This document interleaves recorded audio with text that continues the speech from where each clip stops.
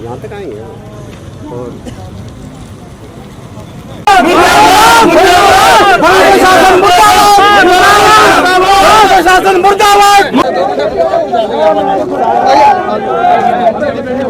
आज जितने भी सामाजिक संस्थाएं क्लब हैं वो अपने गिंदड़ा गांव में जो अपने गुड़िया के साथ जो दरिंदगी हुई है उसका अपहरण कर जो उसकी हत्या कर दी गई और उनकी जो अभी तक जो रिपोर्ट है अभी जो रेप की पुष्टि अभी तक नहीं हो पाई है। इतना मतलब धीरे प्रशासन का और सरकार का जो काम चल रहा है, तो आज उसके रोष स्वरूप सभी सामाजिक संगठन क्लब गाँव से आसपास शहरों से सभी साथी इकट्ठे होकर यहाँ पर रोष प्रकट कर रहे हैं और मुख्यमंत्री के नाम यहाँ पर ज्ञापन देने के लिए यहाँ पर सभी साथी इकट्ठे हुए हैं। तो हमारी मांग है कि जो इसके अंदर जो भी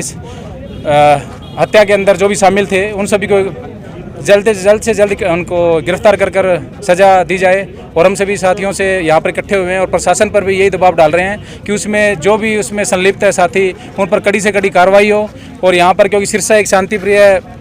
डिस्ट्रिक्ट जिला रहा है तो इसके अंदर इस तरह की घटना पहले कभी नहीं घटी है। जो इस तरीके की अगर उसमें अगर रेप की पुष्टि होती है तो सिरसा के लिए शर्मनाक है, क्योंकि आसपास गांव में जितने भी बहन बेटियां हैं सभी आसपास स्कूलों में कॉलेजों में जा रही है, तो जो भी इसमें अपराधी हैं तो उनके हौसले और बुलंद होंगे, इस तरह की घटना वो दोबारा अंजाम दे सकते हैं। तो हम प्रशासन से और सरकार से यही मांग करते हैं कि इसके खिलाफ जितने भी संलिप्त है इसमें उनके खिलाफ जल्द से जल्द कार्रवाई की जाए, नहीं तो इस तरीके से हम रोड पर रोष प्रदर्शन चलता रहेगा और जुर्म और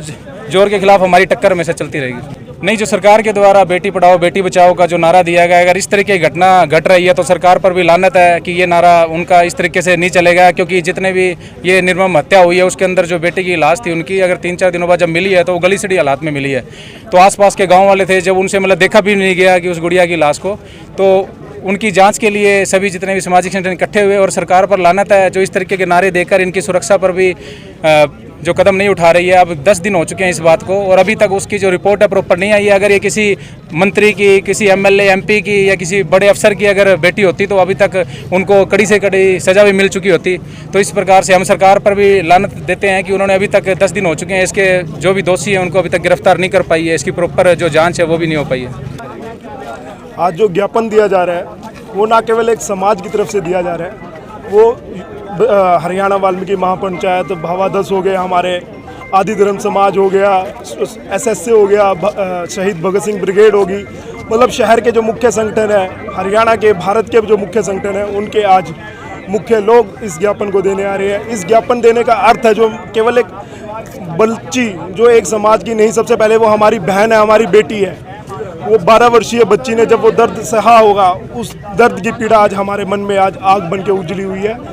आज आपने जो गांव के अंदर हुई है सिरसा के पास, वो भी दर्द आज है। और एक 9 वर्षीय बच्ची जो दिल्ली कैंट के पास जो घटना हुई है, बच्ची को जिंदा जला दिया गया, 4 बंदों ने रेप के बाद उस बच्ची को जिंदा जला दिया गया, जिसके पक्ष में आज कैंडल मार्च भी दिल्ली गेट पे निकाला जा रहा है। तो उसी के लिए एक ज्ञापन देने जा रहे हैं हम प्रशासन को संचेत करना चाह रहे हैं कि अगर समय रहते हुए वे जाग जाए, कड़ी कार्रवाई कर दे तो उनके लिए अच्छा होगा। नहीं था बहुत समय दूर नहीं जब प्रशासन को भी रोड पे आना पड़ेगा। और डीसी साहब, एसपी साहब, उनसे निवेदन है कि जल्द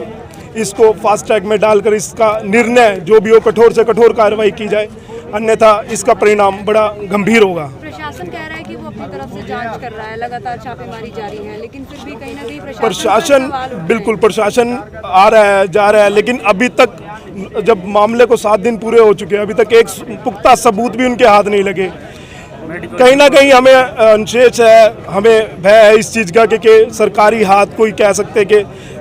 पॉलिटिकल पावर इसके बीच में हस्तक्षेप है, जिसका एक गंभीर परिणाम हो रहा है कि अभी तक जितने भी आरोपी है सब एक भी हाथ में नहीं आया, साथ बच के अपना बचाव कर रहे हैं।